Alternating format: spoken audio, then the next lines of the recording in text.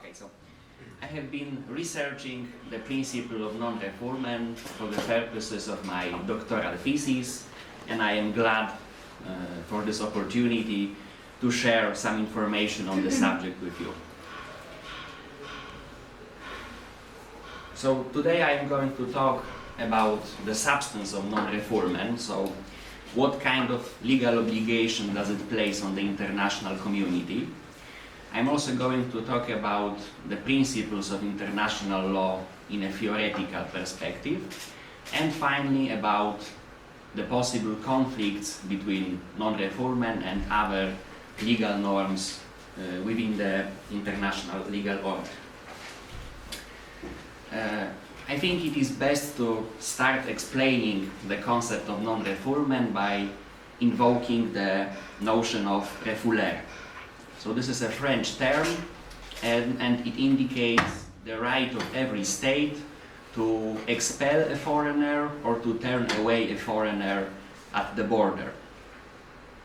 So refouler is seen as a logical consequence of the sovereignty of states.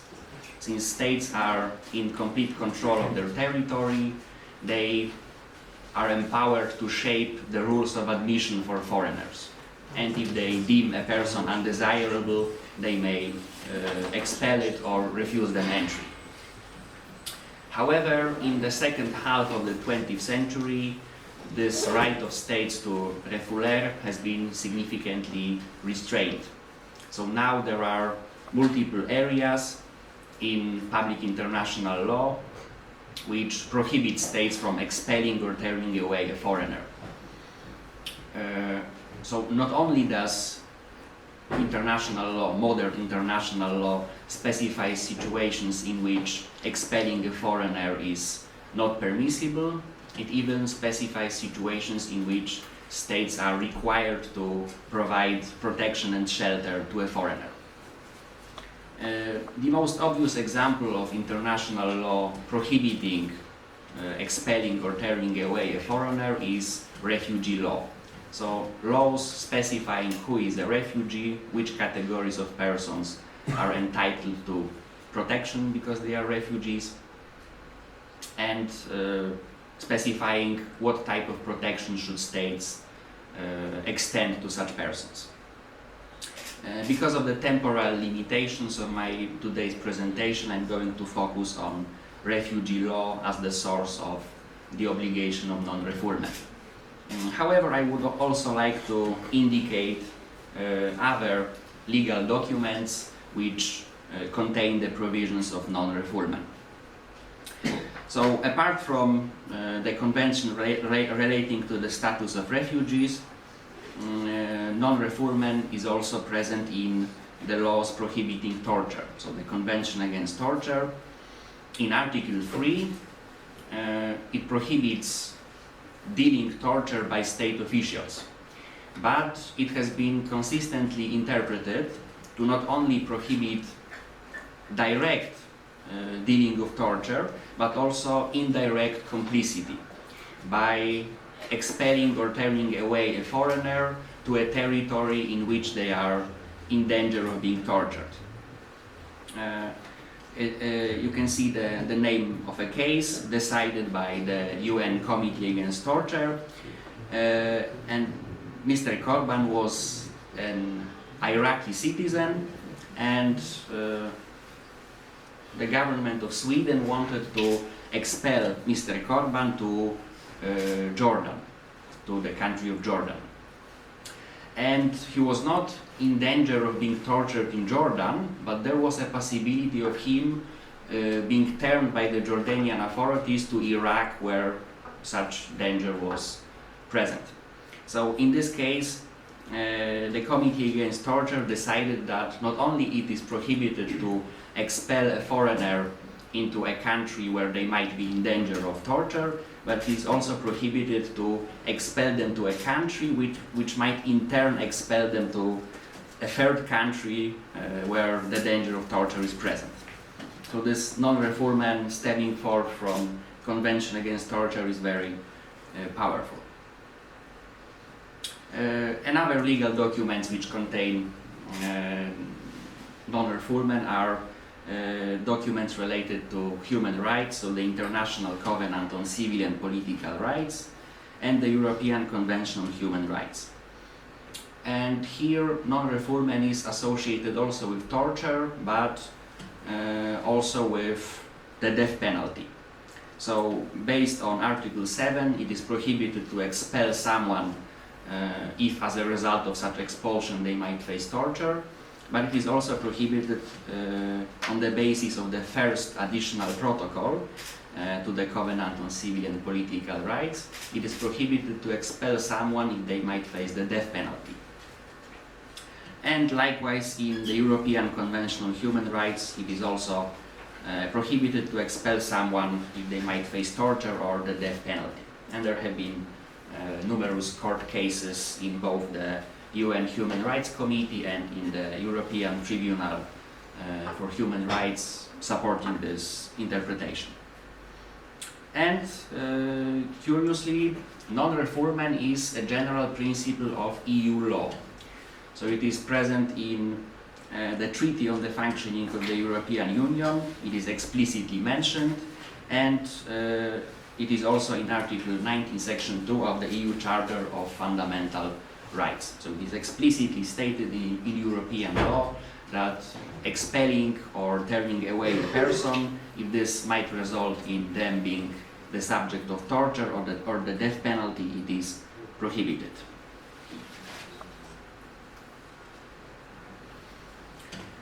So the UN Human Rights Committee, they decided this case Kindler versus Canada. So this case involved the death penalty. Mr. Kindler was to be extradited to the United States, where he could possibly receive the sentence of the capital punishment. And the UN Human Rights Committee upheld that it is not permissible under the Covenant on Civil and Political Rights. And similarly, this case Sering versus United Kingdom, this was decided by the European Court for Human Rights. It also involved extraditing someone to face the death penalty, and it was ruled that it is not permissible. Okay, so I mentioned that I'm going to focus on refugee law. In the context of the 1951 Geneva Convention relating to the status of refugees, the principle of non-refoulement is explained in Article 33,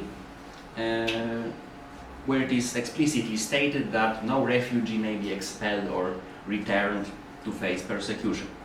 But it is first important to understand the term refugee. What does refugee mean? So in Article 1 of the Geneva Convention, we find the definition of a refugee. So it is someone who left the state of their nationality, meaning the state they are a citizen of, or they left the state in which they habitually resided if they are stateless. So unfortunately, the convention does not protect so-called internal refugees, which are forced to leave their homes, but they still stay within a single country. If they left their homes out of well-founded fear of being persecuted. There is a common misconception that refugees only are entitled to protection if they come from a state which is engulfed in an armed conflict, or if the perpetrator of this persecution is the local government. These are misconceptions. This is not true. So it is possible to be a refugee in the sense of the Geneva Convention, even if there is no armed conflict, or if the perpetrators of such persecution are non-state actors.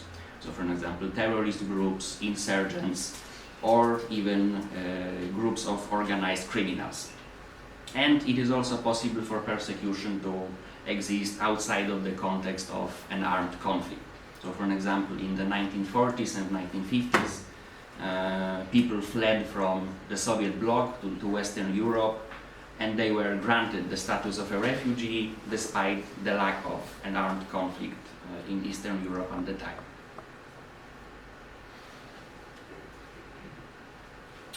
And the third requirement is the lack of ability or unwillingness to go back to the state they left due to this threat of persecution.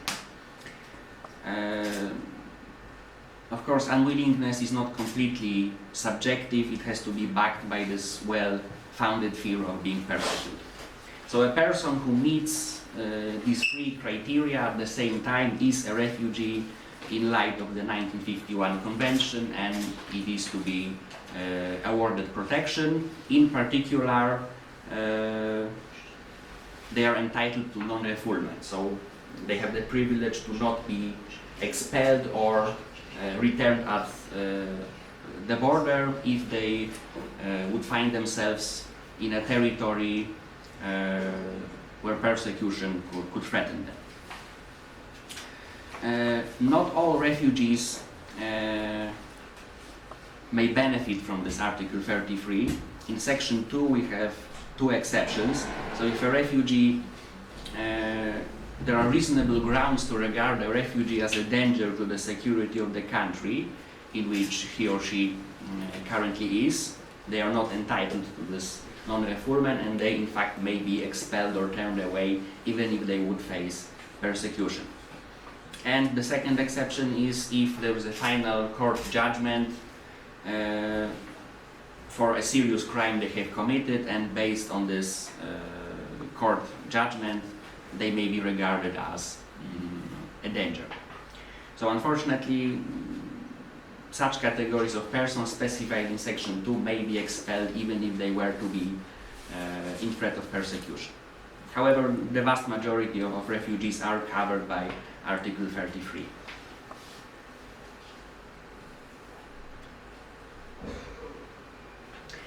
So now, what is a principle of law? So the term principle is often contrasted with the term rule. So both principles and rules are legal norms. However, principles take a central place in any legal system. So all rules must be interpreted in accordance with principles. So rules, they possess the quality of jus dispositivum, and principles possess the quality of jus cogens. Jus cogens meaning absolutely binding. So there is no derogation permissible. They cannot be breached by the international community. So all of the members of the international community must act in accordance with jus cogens. So these are norms which are accepted by the entire international community as binding, and as binding absolutely. So no derogation is possible. There is still discussion among legal scholars whether non-refoulement is jus cogens or whether it is not. I myself think that the preponderance of evidence indicates that non-refoulement is jus cogens, meaning all members of the international community are bound by it. And from this absolutely binding quality of non-refoulement may arise some conflicts with other legal norms in the international order. For an example, there have been at least two Security Council, UN Security Council resolutions which aimed at restricting non-refoulement. So these were Security Council resolutions 688 and 1373. So the first resolution was issued shortly after the first war in Iraq in 1991, and it authorized the governments of Turkey and Iran to turn away Kurdish refugees which fled the conflict. So this was certainly in breach of non-refoulement as it is specified in the Geneva Convention. And the second resolution was shortly after the terrorist attacks in September 2001, and this resolution mandated all UN member states to not grant the protection which refugees are entitled to persons who have committed political crimes. And this also aimed at modifying the provisions of the Geneva Convention relating to the status of refugees, because the Geneva Convention does not extend protection to persons who have committed non-political crimes. However, persons who have committed political crimes cannot be refused the protection which refugees are entitled to. So these are two examples of other norms within the international legal order clashing with non-refoulement. And unfortunately, it is not clear what should be done in such a situation and what takes precedence, whether UN law or these norms of jus cogens. There was an interesting court case tried by the International Court of Justice in 2007. It was a case between Yugoslavia and Bosnia and Herzegovina, and one of the judges present in the panel expressed, I think, a very valid view that jus cogens should take precedence. And as an example, he gave genocide. So because the prohibition of genocide is also jus cogens. So he said, what would happen if a UN Security Council resolution would mandate genocide? And of course, this example, I think he brought the notion that Security Council resolutions should be above jus cogens. I think he brought it ad absurdum and demonstrated that jus cogens should always take precedence.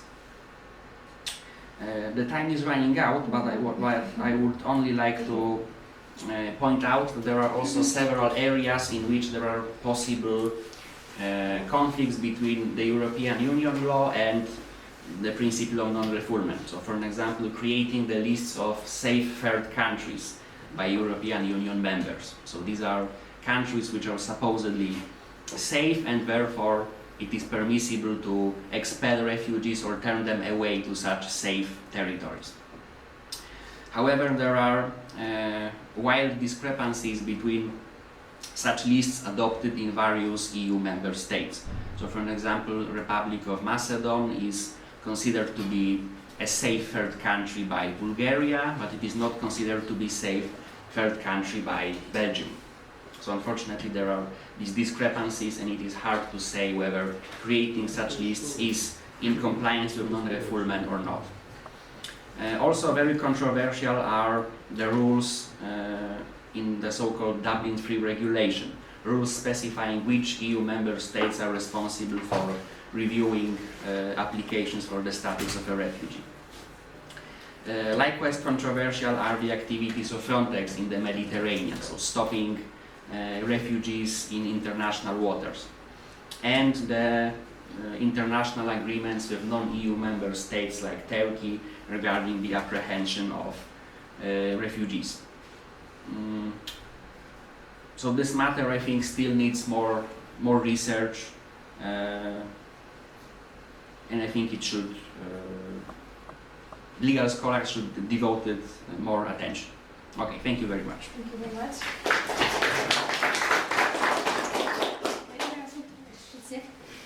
Is there any hope that Europe will make any law against ISIS members in Europe? Because now we can read articles about women recognizing men, raping them, but they have a status of offer in Europe, and police says, we cannot help you, lady, and ladies go back to Yazidi, to Iraq back, but men stay in Germany. Is there any hope? Well, the status of a refugee does not grant immunity from prosecution. So someone who has been granted the status of a refugee in Germany, for an example, may be tried and convicted for any crimes he may have committed. And the Geneva Convention explicitly states that persons who have committed serious non-political crimes do not enjoy the benefits of the convention. So such persons should not be granted such a status, and they should not be sheltered and protected.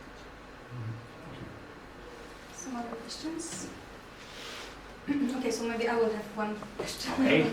I would like to ask about the Roma people in Italy and in France, because there was such known situation that the citizens, Roma citizens in France, they were sent back to Romania, to the Balkans. And can you say something maybe more about that according to this law and the Geneva Convention? If it's possible to do that Well, situation? it would be necessary to examine whether they are in threat of persecution in Romania. Whether they are in threat of persecution because of their ethnicity or race.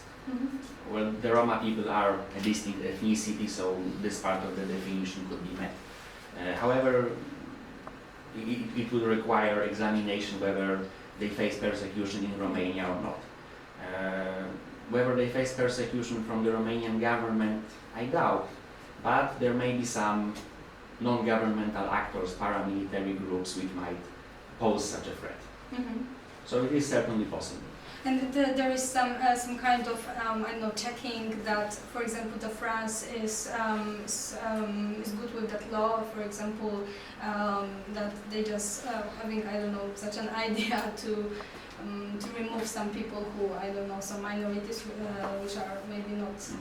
No, unfortunately, this is the problem with the entirety of the international legal order. The enforcement mechanisms are very weak or even non-existent. Okay. Unfortunately, there is no special body or court devoted solely to enforcing this Geneva Convention. So it is possible that if a person is unjustly refused the protection which refugees are entitled to, their human rights may be violated, so this case may be presented to the European Court for Human Rights or the UN Human Rights Committee. Thank you very much. Okay.